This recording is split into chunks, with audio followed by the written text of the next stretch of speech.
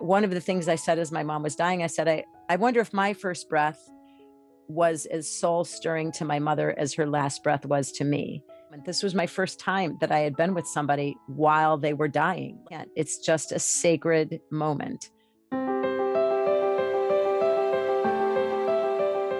Welcome to Stories of Hope in Hard Times, the show that explores how people endure and even thrive in difficult times, all with God's help. I'm your host, Tamara K. Anderson. Join me on a journey to find inspiring stories of hope and wisdom learned in life's hardest moments. Hey guys, have you started thinking about Mother's Day yet? Every Mother's Day, I am looking for a card or something, a gift to give my mom, my sisters, my friends, and it's hard for me to sometimes find those gifts. And so today, I'm so excited to tell you about this booklet, The Mother's Might. It's a perfect, simple, inexpensive gift you can give your friends, your family, your sisters, anyone that you want to share this story with. And it will be meaningful. It's not just a little piece of candy that they eat and forget. It's something they can read over and over again, because so often we, as women, feel alone and overwhelmed and burdened, and like there's so many things weighing upon our shoulders. And what I love about this story is that it points us to Jesus Christ in our times of trouble, that He understands us, He loves us, He knows what we're going through, and He is more than willing to help us bear that burden. And I love that about this story, that it gives not only me hope, but it will convey that sense of hope for all of you. So get your copy of it today, tamarakanderson.com/store. You can order 1, 2, 10, 20, however many you want, and we will get those to you so you can get them distributed by Mother's Day. All right, now on to our show. My guest today is an award-winning author, podcast host, and publisher. Her passions lie in her creative endeavors, which include her company, A Girl on the Go, a production and publishing company created to inspire, mentor, and influence girls and young women to help them realize their dreams and goals. She produces and co-hosts a weekly podcast with New York Times mega best-selling author Mitch Albom called Tuesday People, which is a podcast based on the teachings of Morrie Schwartz, Mitch's beloved former professor from his best-selling book, Tuesdays with Morrie. She lives in Los Angeles with her musician husband Teddy and her 3 rescue dogs. I'm pleased to present Lisa Goich. Lisa, are you ready to share your story of hope? Yes, I am. Thank you for Awesome. having me. Oh, this is going to be so much fun. So one of the interesting things about Lisa is that she is a former stand-up comedian who is an introvert. Tell me how in Yeah. the world that works. I know. It's funny. Well, I never even realized I was an introvert until the pandemic hit. And I would always say, oh, I'm an extrovert. I like people, I like talking. And yes, I was a comedian. But once the pandemic hit and we were all locked inside, and I had other friends who were itching to get out and be with people, and I felt 100% comfortable where I am here, Mm. I realized that then I had to start thinking of things like when I go to parties, I normally like just sitting on the couch and petting the dog, or, it's hard for me to make small talk, especially with strangers or people I don't know. I tend to, gravitate toward the people at the party that I already know and that I don't have to, start at the very beginning with. So, I I can't believe it took me this long in my life to realize that, that I am an introvert, and I really like my alone time, and I like being with my thoughts and myself and my books and reading and sitting with my dogs. I don't know. I just never realized that before. And it really put a lot of things together for me in my brain. That's interesting. I think the pandemic has given us a lot of time to reflect and probably do a lot of introspection. Mhm. So I think you're not the only one that's had to put some puzzle pieces together in your Yeah, and it mind. helped me. I mean, now I realize who I really am, and I now and it just made a lot of sense for me, you know? So, yeah, I'm an introvert, and I was a stand-up comic, and it's easy, though, to be a stand-up comedian and be an introvert, and I bet you there are a lot of us out there because, you spend a lot of time traveling by yourself, Mm, from city to city, and you spend time in your hotel room most of all until you leave for your show at night. You go to do your hour or whatever your time is, and you hang out for a little bit, then you come back home. So, and then you get back in your car and drive and or fly to wherever your next place is. So it is a lot of alone time. So it mm, makes a lot of sense. And when you're out there, I'm speaking to people, but it's a two-way conversation in the sense that you can feel their energy coming back at you, but I'm not talking to anybody. I'm talking, but mm, it's not a conversation. right. It's a silent conversation, but it's not a conversation. So it makes sense. I don't know. It's not so far fetched. No, the way you've described it right there, I'm like, "Oh, yeah, I guess that makes sense." Yeah, you just talk to the crowd and then you get back in your car and you go home. So I haven't done stand up in a really long time. So it was my job for about 20 some years. Wow, Hmm. that's cool. That's really fun. So today we're gonna dive into a part of your life that was a little bit challenging, and that was your mother getting sick and passing away. Hmm. Would you mind talking us through that storyline a little bit? Because that led you to writing a book and now a grief journal. So give us a little background on this story. Well, as you said in the introduction, I live in Los Angeles. My parents live in Michigan. That's where I'm from. And, you know, I would get home a couple of times a year to go see my parents. Occasionally they would come out here, but most often it was me flying there.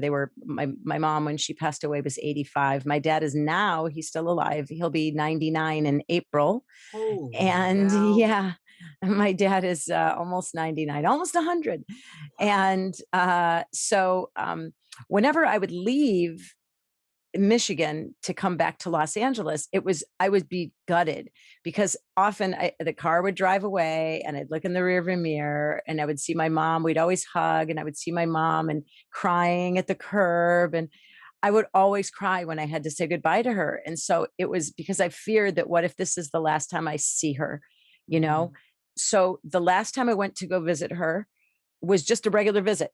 She had just started dialysis for kidney failure.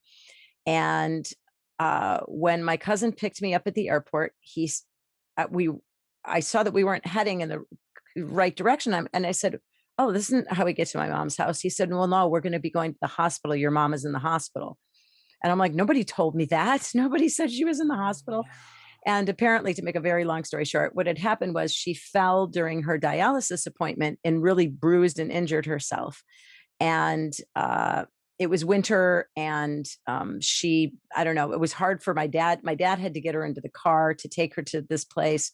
And I don't know if she slipped on the ice or fell or something, but she was injured and she said she couldn't walk.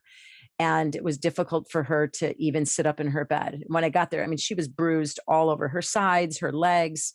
And while at the hospital, she was talking to a nurse and said she just didn't want to have to do this dialysis anymore. She had a lot of other issues too. She had horrible scoliosis, horrible osteoporosis to I mean her back was gnarled. I mean it was you could physically see her back twisted.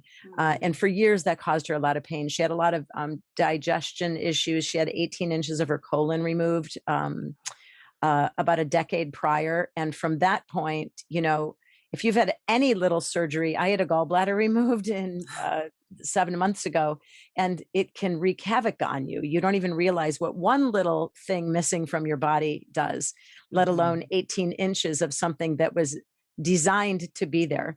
And so she lived with a lot of discomfort for many years. So when she was going through dialysis, she was talking to this nurse or doctor at the hospital and said, "I don't like this dialysis. I can't go through it. It makes me feel horrible. I don't like the feeling." And the doctor said, "Well, you don't have to go through it. You don't have to do dialysis." that, but my mom said, well, what do you mean? She said, well, if you don't do it, you'll die, but you don't have to do the dialysis. And my mom never realized that she had an option to do it or to not do it.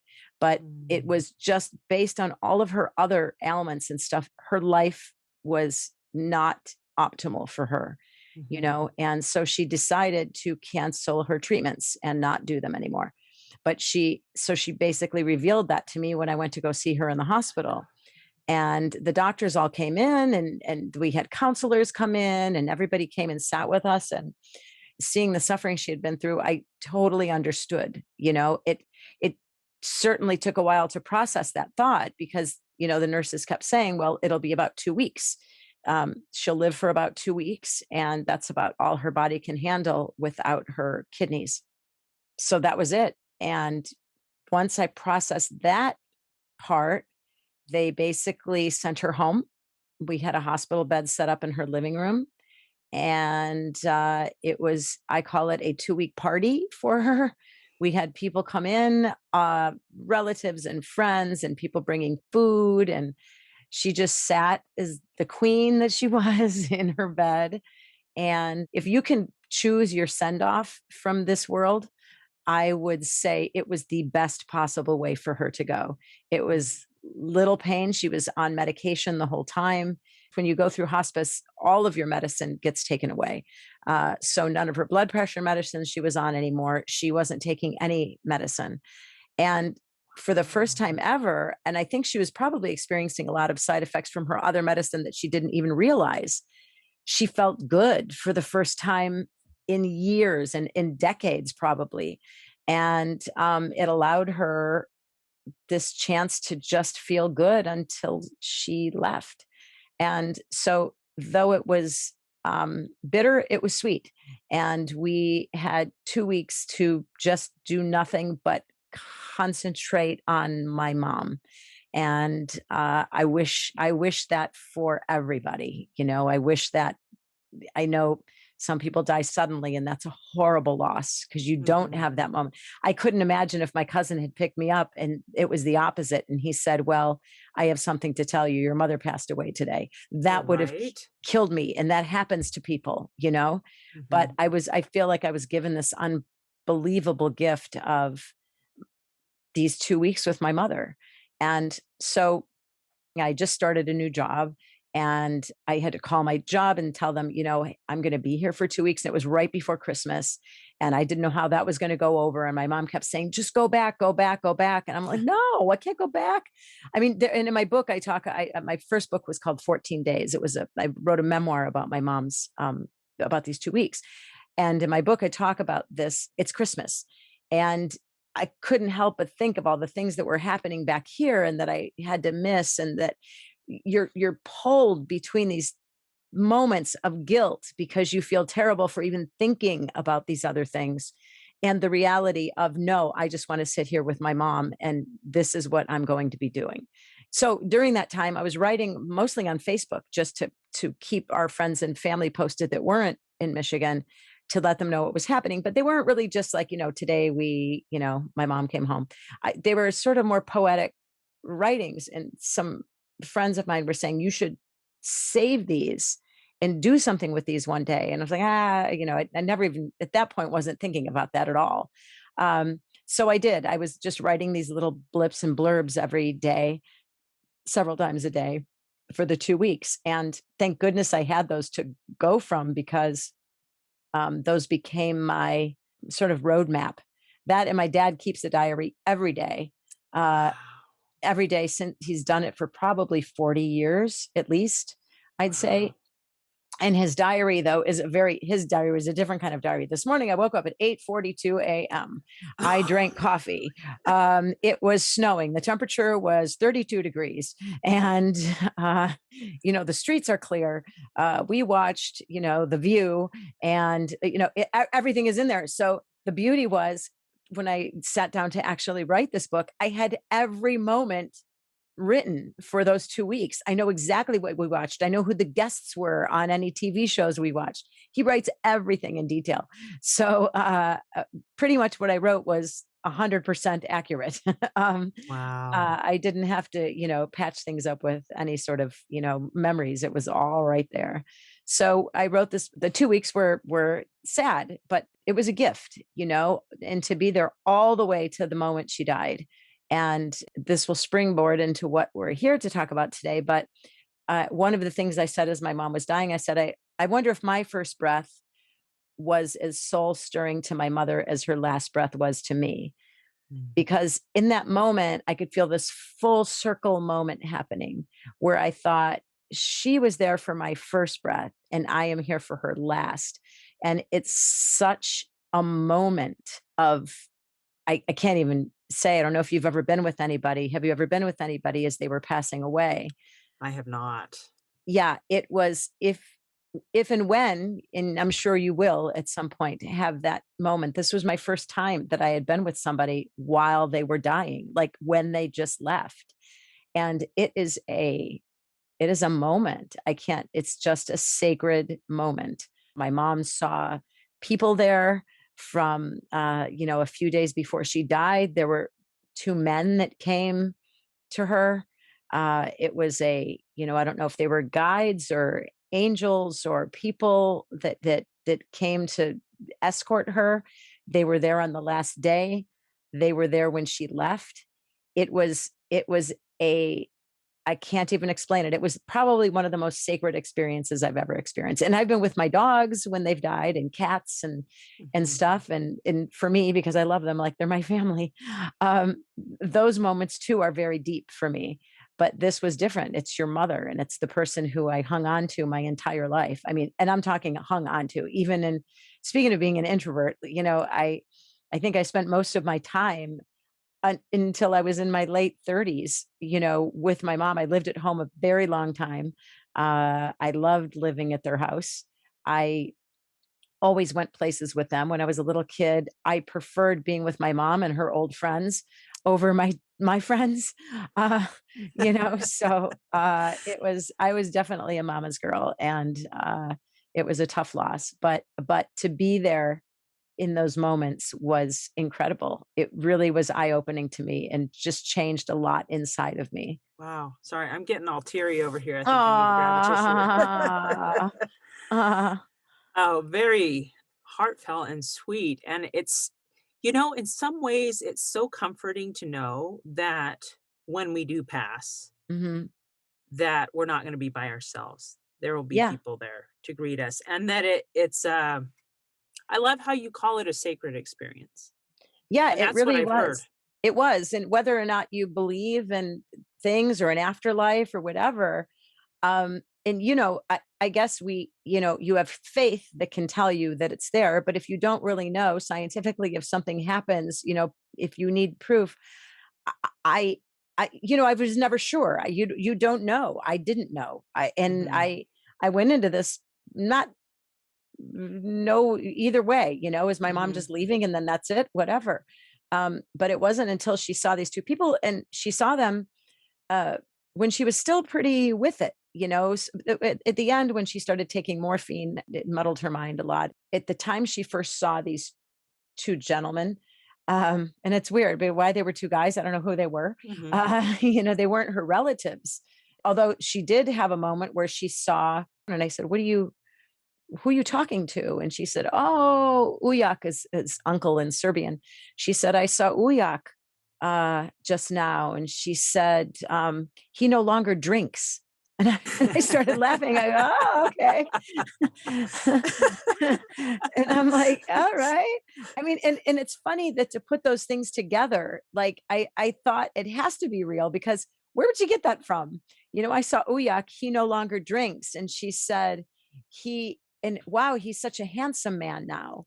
And it makes you think that maybe he went back to some other part of himself that was a better part of himself before he turned into the person he turned into. I mean, he was Mhm. always a nice man, but I mean, just, Yeah. maybe we go back to this other, whatever our optimal time was, that's who we become forever. Mhm. And then his sister, which was my grandma's sister, I said, did you see Tata Stana, who was, she was a little eccentric. And my mom said, "Oh no, I would have been afraid if I saw her. I didn't see her." And so she had the whole story down. Like she she had a moment. So there were moments where she was with people from her Mhm. life that she had seen. It was the craziest thing. And that continued. And so when these two people, it was funny because when she first saw the two men, and I said, "Who are you talking to this next day?" And she says, "Oh, those men right there."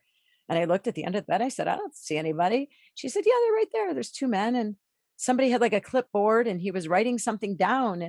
And I said to the guy, I go, "It's not me." I said, "Just so you know, not me, it's her." you know, take you're taking her. It's not me. I got some time left here. Uh, and I just want to make that clear. I'm here to assure anybody who might have questions. I 100% believe that there is something else. And, even Steve Jobs, when I don't know if you heard those times when he was passing, he said something like, "Oh, wow, oh, wow, oh, wow." And what is that? What does that mean? What is he seeing? And there's the man, Mhm. the ultimate scientist, Mhm. who brought us this ability that we're talking on right now to talk to each other. There's just bright moments in loss, if you can even imagine that.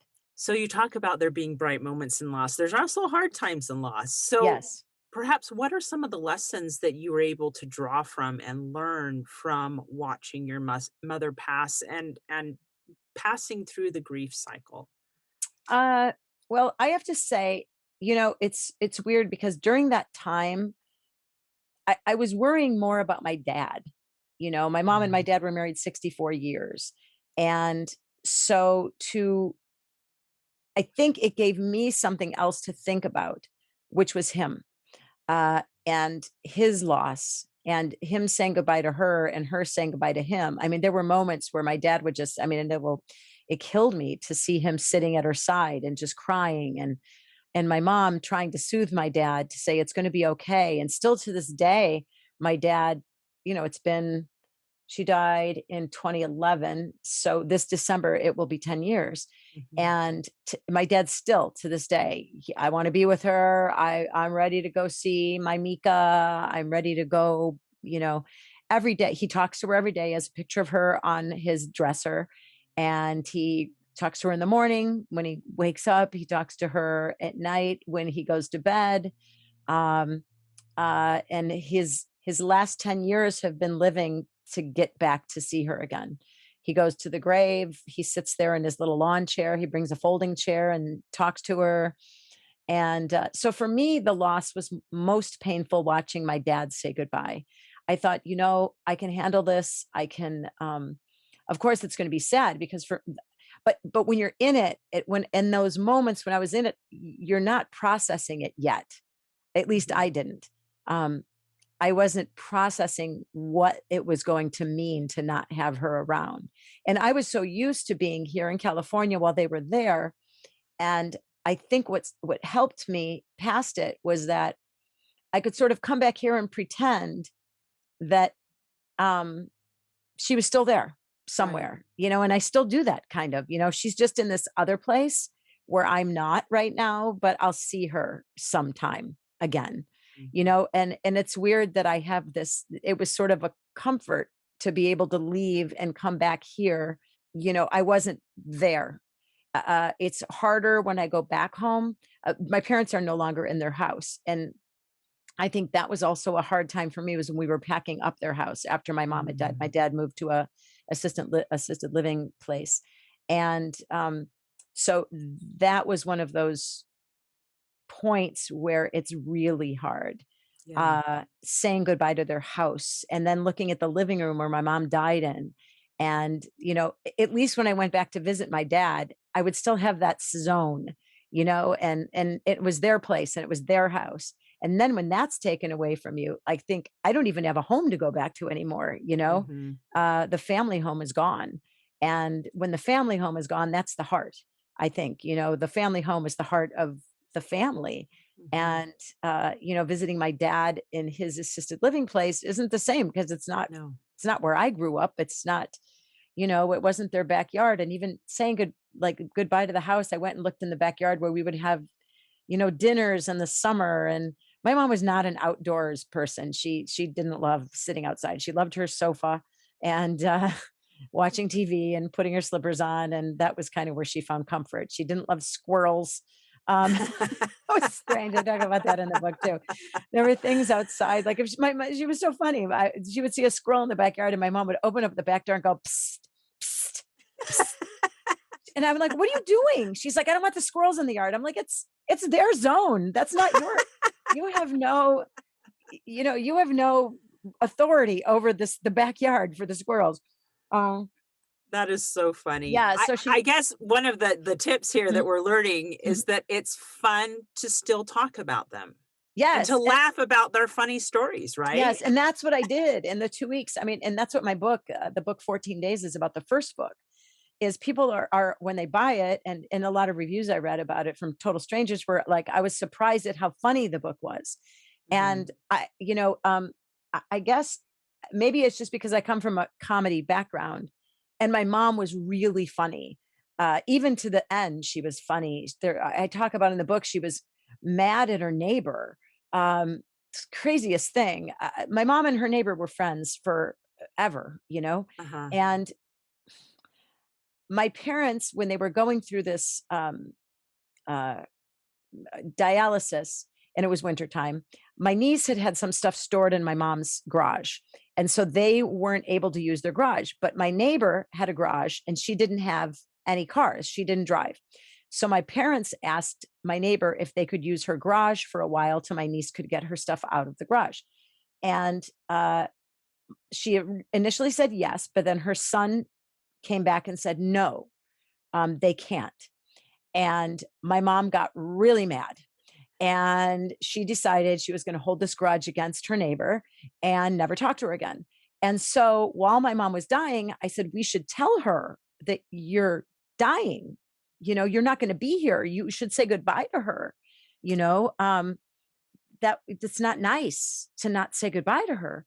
And my mom, I'm not going to, she used a couple swear words and said, I'm not going to, I don't, give a about her. She didn't care about me, and I don't care about her. And, and it was funny because as my mom was sitting in the living room, and um, her neighbor was a little tiny woman, just like my mom, little tiny lady.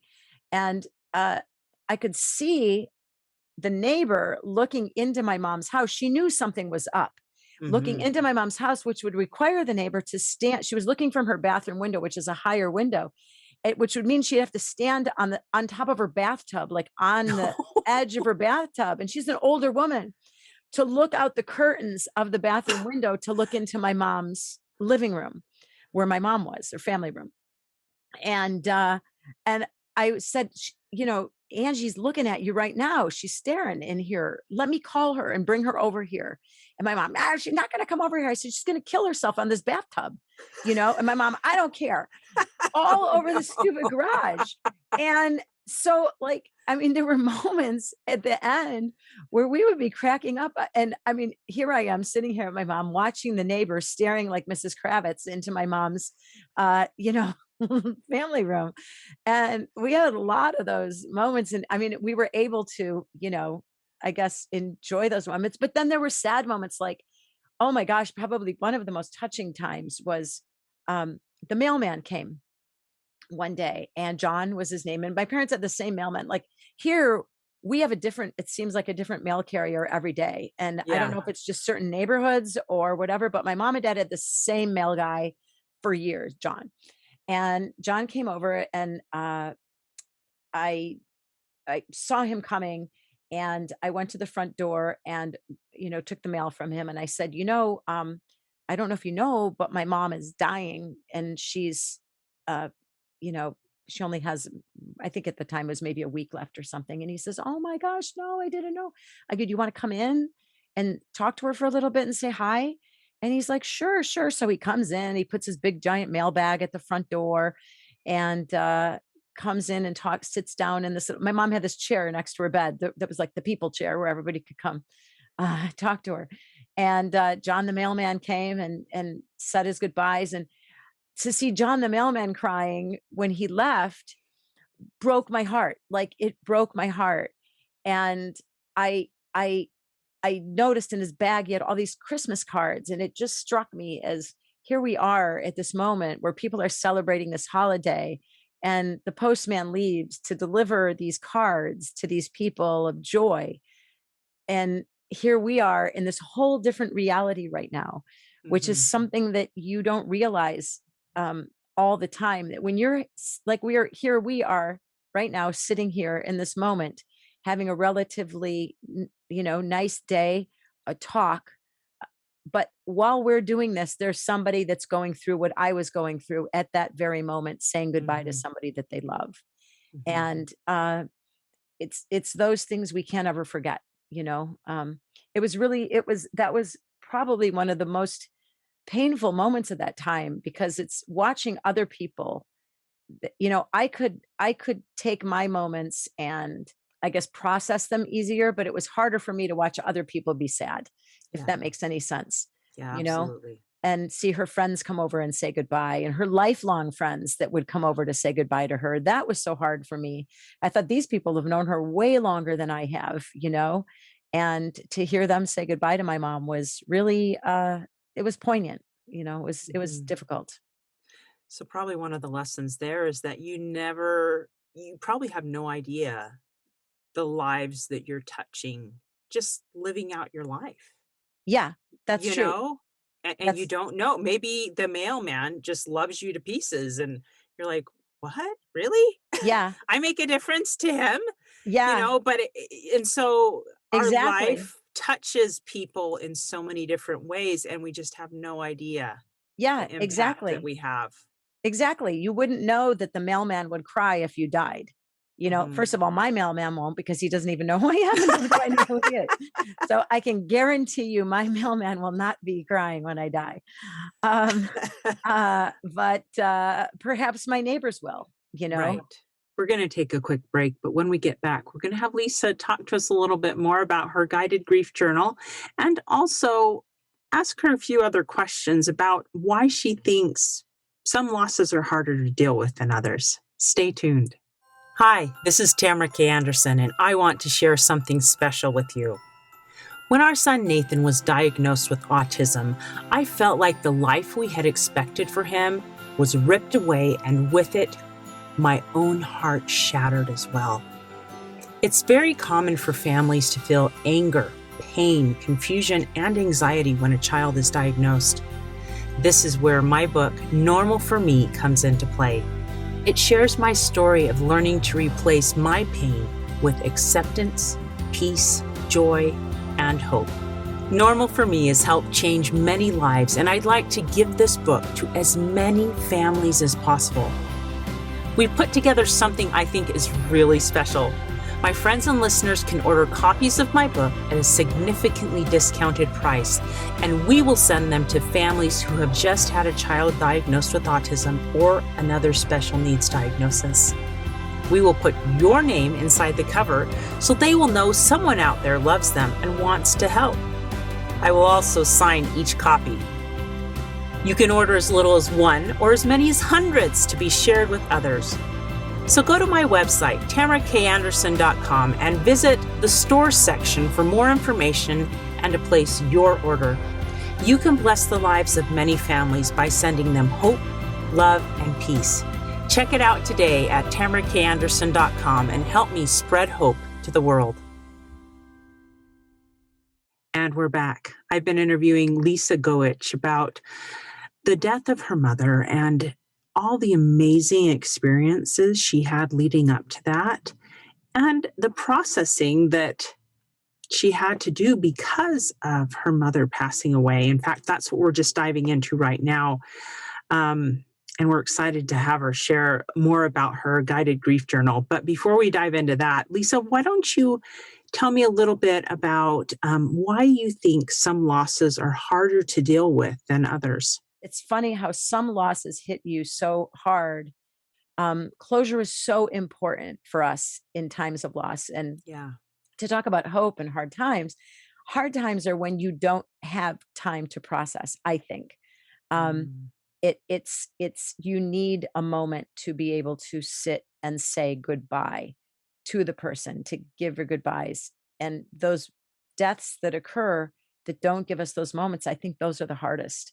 Those Mhm. are, you feel like I never got to tell so and so this or that, which is a reminder for all of us every day to tell those people in our life how much they mean to us and how much we love them, and you know, call them, see them. I mean, I know now we're in a pandemic as when we're recording this, it's hard to see those people that we love. I haven't seen my dad in a year and a half. Mm. And it's very difficult at 98, almost 99, to not have seen him, but I talk to him as much as I can. I try to call him every day. It's hard because he doesn't hear very well. So it's kind of a one-way conversation on both ends. Um, he'll say something to me, I'll answer it, and he answers me completely something different. But uh, I just think you need to, and your friends, everybody, never take anybody for granted because you don't Mhm. know Mhm. when anybody's. I'm on this podcast with Mitch Albom, the writer, and we have a podcast based on Tuesdays with Maury, his book. And Mitch was with Maury in his final days.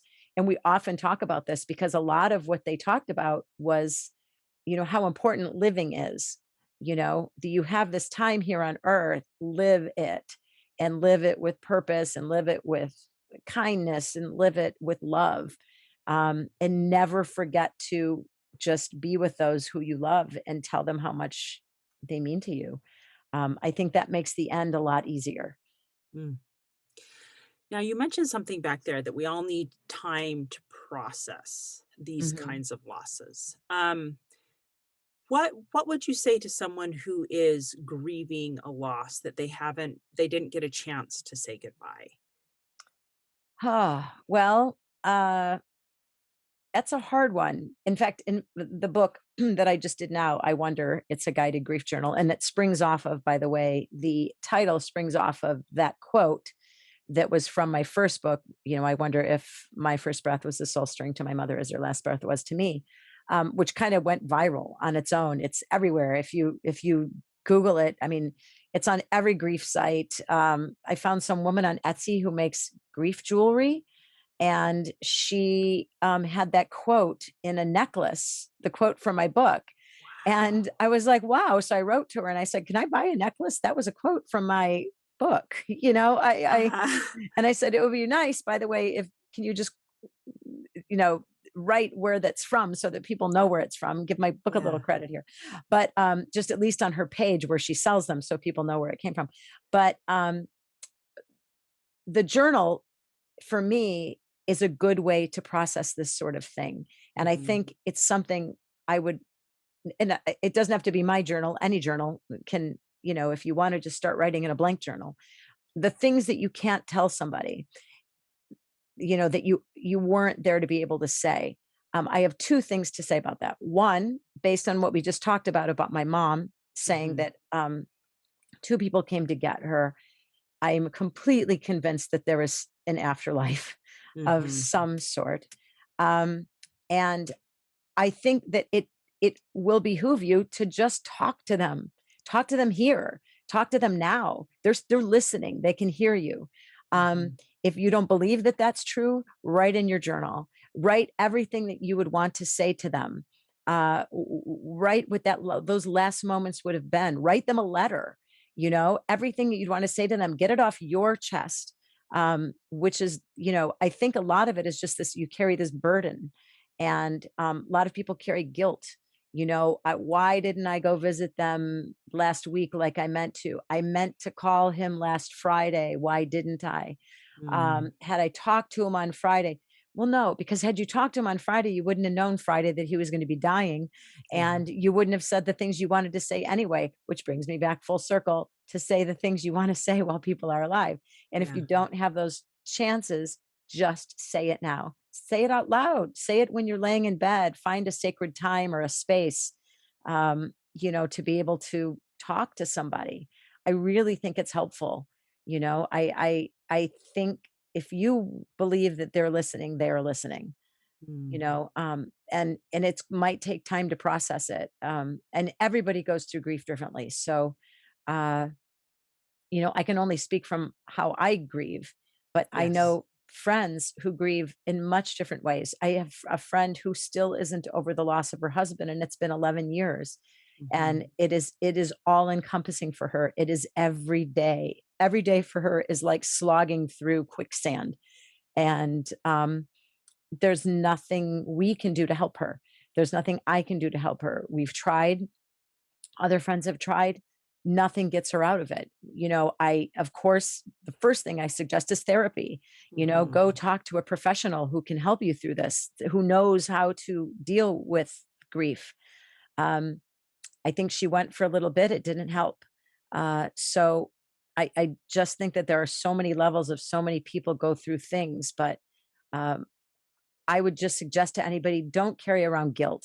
That's not a it's not going to help you at all in this life. Mm. And the person who passed wouldn't want you to live with guilt. They would want you to live with happiness in your heart and live your life. I mean, and that's what I try to do. I put myself in their shoes. If it was the flip side and I had died and they were still living, what would I tell them right now from the other side? I would tell Mm. them, live, for God's sake, live. you Yeah. know don't think about me. You have your life to live right now. I'm here and I'm happy and I'm doing okay, where I am. But live your life now. I'll see you one day. We had a good time together here. I just, you have to flip it and think about what you would tell somebody else. Mhm. Um and I think that's helpful too. Absolutely. That's actually some really, really good advice. I know one of the things I loved about your grief journal, because I've been blessed to be able to preview it, is so many of the things you recommended were like you were sitting down in the same room with me, and it was like a fun little heart to heart. There's a Mhm. target painted on one of the pages that says, "Punch this target as hard as you want." Yeah. 'Cause sometimes we experience anger, Yeah. and that's a normal emotion that goes with grief, and so, punch the target, Hmm. get it out. It says that time heals all wounds. Sometimes, not so much, Yeah. and, one of the questions I've been wanting to ask you is what was some of the best grief advice that you were given after your mom passed? ah I would say some of the best advice was, uh, and it sounds trite, and people don't want to hear this, and sometimes they can't hear this after somebody passes. But it was, your mom would want you to be happy, and it's simple, and it it is what my mom would want. She wouldn't want me to be sad. I know it's hard to process when you're saying goodbye to somebody that you think that they are, that you're doing them a disservice by being happy, that you need to be Mhm. sad, because by showing happiness during grief, a lot of people say, there's that quote, it's okay to not be okay. I have a quote in my guided grief journal. It's okay to feel okay. It's okay to feel okay. Don't feel guilty for feeling okay today. Just embrace whatever it is that you're going through. I guess that would be the best advice. Just Mhm. embrace whatever you're going through today, and you're going to have ups and you're going to have downs. And that's something that was said to me, and I talk about this in the journal too. The journal is not a lateral journal. You can write in it however I do start it. There is a post for day one. And some people may be picking the journal up after day one. Well, that can Mhm. be your day one of picking up the journal. It doesn't need to be day one of the day after you lost somebody. But Uh-huh. day one is a hard day. It's the hardest. It's the day that you first wake up and you're like, oh my gosh, they're not here anymore. uh, Mhm. that's the hardest moment. And then you have to go through those firsts of the first birthday without them, their first birthday, the first holiday without them. All of those firsts are really difficult. Uh, for me, getting through the firsts of everything was made the seconds easier. Um, the next year and the following year and the Mhm. following year. And, people will say it gets easier. Uh, I've heard other people say that's not a good thing to say to people, but it does. It does but then you still might have moments where one day it just hits you again from out of the blue. And that's what I was Mhm. saying. I talk about this in the journal where you take it's I liken it to the game Shoots and Ladders when you were a kid. You're moving ahead with your little game piece and you move ahead and you move ahead, then shoot, there's a chute, and you end up down the chute. Yes. That's grief. Grief is like Shoots and Yes. Ladders. Then you climb up that ladder, you're good, you're good, you're good for another few months. And then all of a sudden something happens or a moment, or you're reminded of something and another shoot. That's grief. Mhm. And I don't think it's ever a straight line. And, And so and just be patient with your process. yes, be patient with your process and just know that it's a process. Mm, And that's something that was told to me too early on, that you're going to grieve the way that you're going to grieve, and mhm, don't beat yourself up if you're not healing completely after a month, or you're wondering why after 3 months you're still feeling so sad. Well, it's going to happen. Or mhm, then don't beat yourself up at 3 months when you're feeling really happy. It's the flip mhm. side of that. If you Yeah, suddenly find yourself really happy and enjoying your life, for goodness sake, don't feel guilt over that. You yeah. know, I don't know. No, that's beautiful. That's really, really, insightful, and I love that it's like you have to give yourself mercy. Yeah, Wherever you are that day or wherever you are on your journey, give yourself mercy. And I think the same can be projected to other people who are dealing with grief. Give hmm other people mercy wherever they are on their journey yeah, because you just have no idea how they're absolutely, processing their grief that day. absolutely. And it's sometimes it's a loss because I know with my friend who lost her husband, she also feels like she lost friends when she lost him. Mm, And I think a lot of people go through that because you lose friends for different reasons. Sometimes people can't be with somebody when they're in such deep grief. I think mm, it's an uncomfortable place for people to be, and they don't know how to be. They don't know how to be with you in that moment. They back away, and you feel like you're losing people. Um, I would say if you are the griever, reach out to your friends and tell them that you need them, because mm, sometimes friends don't know. They think that you're okay and you're living your life all right. But if you really are hurting and your friends have stopped coming around, maybe it's because they believe that you're doing fine. Um, mm, and if you need the help, call. I'm so big on just calling your friends. In fact, in my journal, I have a thing of friends to call 24/7, and just mhm, write their names down so you can rotate them and remember. If you feel like you're mhm. leaning too much on somebody, go down your list and go to friend number 2 or friend number 3 or friend number 5, or your sister or somebody, that you can speak with. Don't feel guilty for having to spill your beans. I think that's where stuff gets difficult. And then you start building in resentment because nobody's calling you or nobody's Mm, saying anything to you. I see it, you can see that process with people all the time. Then people start resenting people. And then the people who aren't grieving are resenting the griever for saying bad things about them, but they're saying bad things about them because mhm, they're not calling them. Well, you reach out. If you're mhm. grieving and you need some help, reach out. I guarantee you, your friends will be there for you. Yeah, They will.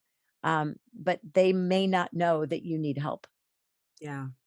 And so it almost takes a little bit of courage, Hmm. to maybe you're not usually the type of person who calls somebody up and says, "I'm struggling." But Yeah. it takes courage to admit that, but by admitting it, we open ourselves to more healing and more processing because sometimes people process things on paper better, and sometimes people Hmm. process things by talking them out. Yeah. And sometimes they Absolutely. probably do a little bit of both.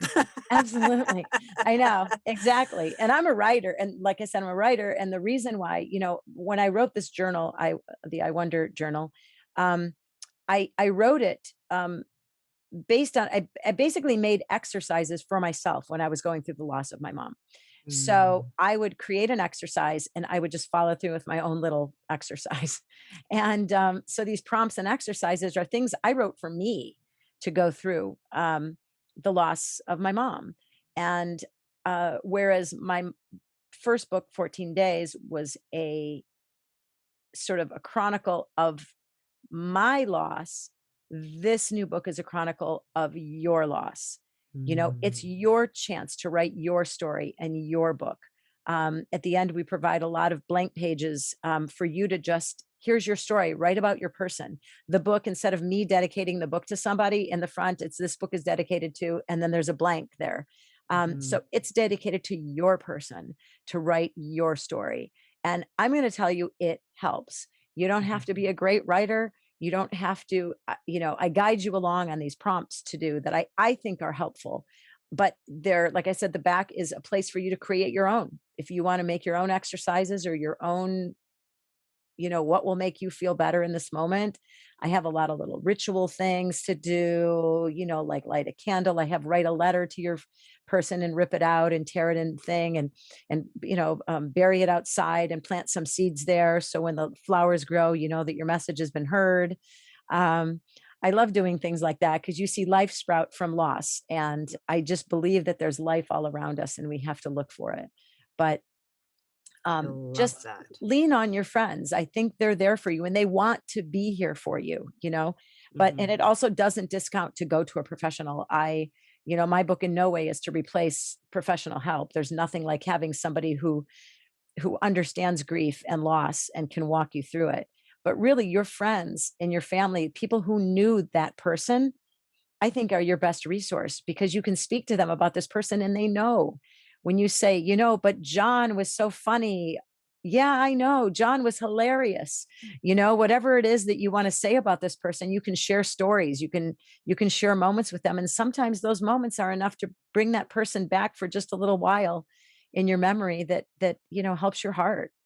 Yeah, absolutely. Oh, it is so important to talk to people about our loved ones that we have lost. Mhm.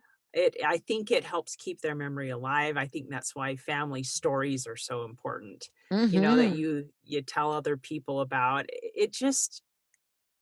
It helps us realize that every person's life really does make a difference, and their funny quirks and their not so funny quirks Right. I know. that Like people are remembering them. I think it's sweet. It's touching, right? I often think about that. When you go to I mean, I'm Serbian and we always have a wake, like a dinner after a funeral, whatever. And often at these things, you see people, it's that moment. And I think there's such an important thing to have because people go back to a house or a restaurant or wherever you go and you share a meal. And the tears that you just had 2 hours ago or an hour ago at this funeral are replaced with laughter. And you watch people sharing stories and having these moments. And sometimes people feel guilty about that. And I think, no, no, this is what it's about. Remember that person fondly. Remember those happy times and all the good times. And I that's what keeps me going. Like, especially with my mom. I think about funny stories about my mom and I'll call Mhm. my aunt up and say, "Oh my gosh, remember that time when we were in Las Vegas and my mom was in the bathroom and she was having a hard time in the bathroom getting out of the bathroom. She pulled this cord thinking it was a bell to reach the like, when they have like those cords you can pull that are like a bell that go down to the front desk. My Uh-huh. mom was pulling this cord thinking that it was going to ring down to the front desk because she was having an emergency. She couldn't get out of the bathroom. Well, it was the clothesline that you can hang up in the hotel room to hang your clothes on. So my mom was pulling the clothesline, thinking that it was a bell ringing in our room that we would be able to hear my mom in the bathroom having a hard time. And I mean, I still laugh about that when I go to a hotel and if I ever see that clothesline thing, I crack up. Um, Thinking about my mom yanking on this clothesline, thinking that we were going to hear it ringing or it was going to ring down to the front desk. I wasn't even quite sure what her thought process was at that. I think back to those times and I tell anybody out there who's listening to this right now, if you have those times, think of those times. I swear to God, they will help you. Remember the fun times, remember the funny times. Uh, Talk to your friends about them. They're the ones who share in those moments with you. Talk to your family members about them, your sisters, your brothers, your living parents, aunts, uncles. Um, Depend on those people while they are still here too. And I know that it's so hard. I know some people, it's just super hard to process.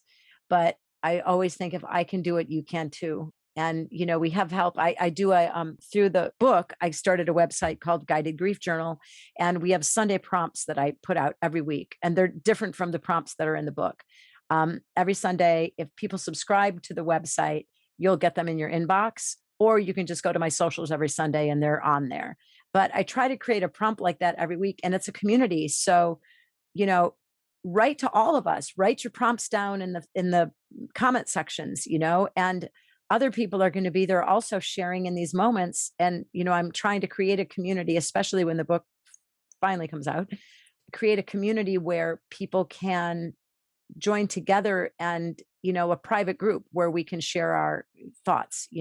So I have a Facebook page that people can join in on conversations and, you Tell know, us what that's called. on all socials, I'm at Guided Grief Journal, and the website is guidedgriefjournal.com. So, and there's links to the socials on the website as well. But everywhere it's at Guided Grief Journal. The book is called I Wonder, a Guided Grief Journal, but I was fortunate enough to be able to get Guided Grief Journal for everything. So I'm really trying to encourage conversation among people who are grieving, to sort of pose questions to people and say, hey, this is what we're going to talk about today. Share your story. And I really Mhm. think other people are there to help us. When I had my gallbladder removed, I joined a gallbladder group online. Uh-huh. And these groups online are so helpful these days, They where are. you can share, like, when I think, oh, why am I having this pain? Oh my gosh, I can just go to this group and talk to these people who are going through exactly what I'm going through, and go, oh, I'm not the only one. There's 50 other people who are feeling this right now. Mhm. Well, it's the same with grief. You are Mhm. so not alone. Everybody is Mhm. feeling what you are feeling. We all feel it in different levels, in different degrees, but everybody is feeling it in some way. So Yeah. look for those other groups online. Look for grief groups online. They are so helpful. There's all kinds of grief groups depending on what your loss is, because think about different kinds of loss. Losing an 85-year-old mother is completely different than losing your child. Mhm. Um, I can't even fathom what that grief is like. Getting past that grief is much more difficult than getting through the loss of a parent, um, you know, later in life. Not Right. losing a parent and also the loss of when you're a 6-year-old girl and you lose your mother is entirely different than losing your mother when you're in your 40s, as I Right. was. And Hope Edelman, I don't know if you ever spoken with her on your show. She has a group called Motherless Daughters, a Mm. great resource I would tell for people who the book is amazing, and she just came out with a new book, um, sort of about the long tail of grief. Um, when you lose your mother when you're young, what that means to you later on in life. It's a great resource for people who lose parents young, especially a daughter losing a mother, which is a whole different relationship and ballgame. So I highly recommend that book to people too, and her groups. Oh, Uh, yeah. it's really good because, again, it's a very particular kind of loss, Yeah. and they're all quite different. Yeah. And I could never say that I can understand what you're going through when you lose a child, because I haven't. I suggest you go to those people who understand you wholly, and you can share your thoughts, and I guarantee you everybody in that group is feeling exactly what you're feeling, Mhm. and it makes you feel not so alone. Yeah. And that's the point. I don't think we're meant to feel all alone. There's so many of us around, even though Mhm. we've had to quarantine because of the pandemic. There are people around who are experiencing Yeah. something similar, and you can find a grief survivor group probably to fit your unique scenario. Anywhere. Anywhere, Yeah. and that's the beauty of us living in this time that we live in. Before, you Mhm. would have to go, in person to a support group or something like that. Well, some people aren't comfortable being in person and sharing in support groups, although support groups are wonderful options too. Mhm. They have them at hospitals for grief, any of your local hospitals, if you call and check, I'm sure they have them, and again, once this pandemic is done, they will probably start having more in-person gatherings again. But meanwhile, There's a million groups online. It is just such a great place to share your grief. Yeah. I cannot recommend it highly enough. Yeah. So the point is, don't grieve alone. You don't need Don't to. grieve alone. No. And Yeah. like I said, we have a public page on Guided Grief Journal. And I'm going to be starting a private group page so that it's private. You have to join. Mhm. It's not public, so you can feel safer posting things. And on that page, I'm going to just start posing questions and sort of exercises that we can all go through together. Then occasionally I'm going to bring in, different grief experts and therapists to help facilitate some of these conversations. Oh, Yeah. that's so amazing. Oh my goodness Yeah. gracious. Just to help people when they're going through it. But Y- again, journaling has been my savior. And I really highly suggest it to anybody. If you don't buy my book, I wonder, you can just get a blank journal of your own. It opens a whole new world of possibilities for healing from grief. Yeah. Because I don't think you're going to heal unless you get it out. And so You you got to have to get it process it. out. You have to get it out. Yeah. Think about that. When you have a disease, or let's liken it to cancer, for instance, you're not going to heal if you don't have that tumor removed, And I feel the same thing about grief. If you can't get out what's in you, it is a dis-ease. It is a disease. It Mhm. is eating you inside. You have to get those things out of you. And however you do that, it's up to you. Talking it Mhm. out, writing it out, talking to yourself in a room, going for walks, exercising, whatever it is that you do that makes you purge it, that's what's going to work for you. Some people just become, avid runners after they go through grief. The Yes. endorphins help. I do like taking walks, and walks are something that cleanse my brain all the time.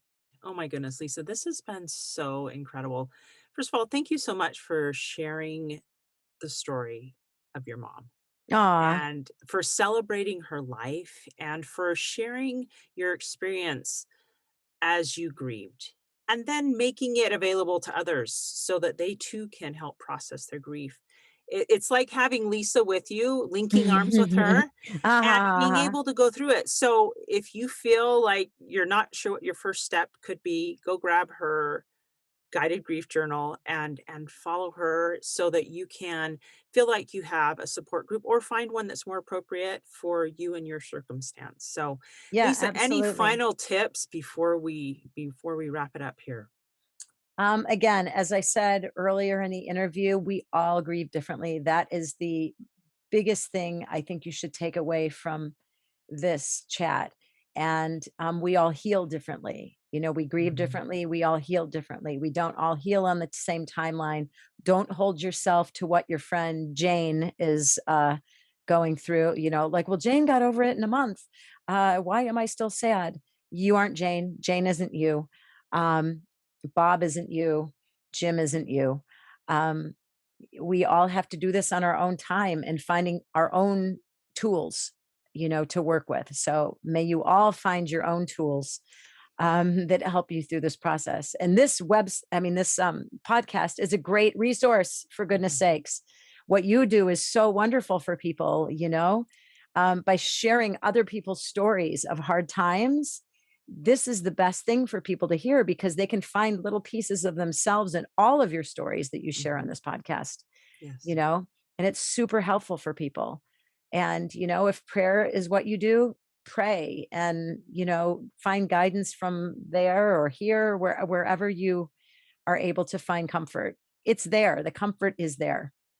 Trust me. You just have to find your comfort. Oh, Lisa, that is perfect. Thank you so much for coming on today's podcast and for sharing your story and for giving us the hope that healing is indeed possible. Oh, absolutely. It is possible. And you will heal in one way or the other in time. But it is possible. Hey, thanks so much for listening to today's show. If you like what you heard, subscribe so you can get your weekly dose of powerful stories of hope. I know there are many of you out there who are going through a hard time, and I hope you found useful things that you can apply to your own life in today's podcast. If you would like to access the show notes of today's show, please visit my website, storiesofhopepodcast.com. There you will find a summary of today's show, the transcript, and one of my favorite takeaways. You know, if someone kept coming to mind during today's episode, perhaps that means that you should share this episode with them. Maybe there was a story shared or a quote or a scripture verse that they really, really need to hear. So go ahead and share this podcast. May God bless you, especially if you are struggling, with hope to carry on and with the strength to keep going when things get tough. Remember to walk with Christ, and He will help you bear the burden. And above all else, remember, God loves you.